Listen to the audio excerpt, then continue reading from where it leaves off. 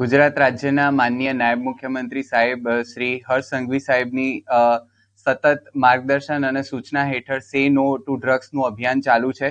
એ અભિયાન અંતર્ગત ગાંધીનગર રેન્જના નાયબ પોલીસ મહાનિરીક્ષક શ્રી વિરેન્દ્રસિંહ યાદવ સાહેબ તથા સાબરકાંઠા જિલ્લાના પોલીસ અધિક્ષક શ્રી ડોક્ટર પાથરાજસિંહ ગોહિલ સાહેબની સૂચના અને માર્ગદર્શન હેઠળ આજે ગાંભોઈ પોલીસ સ્ટેશને આડા હાથરોલ ચેકપોસ્ટ ખાતેથી 6 કિલો અને 129 ગ્રામનો અફીણનો જથ્થો પકડી પાડ્યો છે, જેની આશરે કિંમત 30,64,000 રૂપિયા છે. આડા હાથરોલ ચેકપોસ્ટ ખાતેથી આ પ્રકારનો જથ્થો જે છે એ બાઇક પર 2 ઈસમો લઈને જઈ રહ્યા છે તેવી ચોક્કસ બાતમી મળેલી.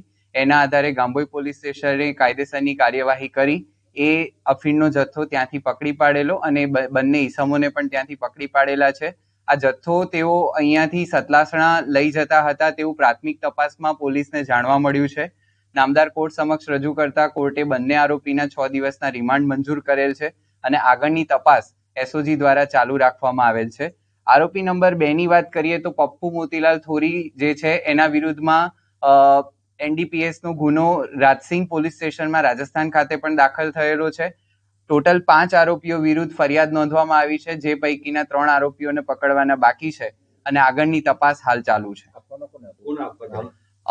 લાલજી પટેલ નામના ઈસમને જે સતલાસણા રહે છે તેમને આપવાનું હતું તેવું પોલીસની પ્રાથમિક તપાસમાં જાણવા મળ્યું છે. રિમાન્ડ 6 દિવસના મંજૂર કરવામાં આવ્યા છે.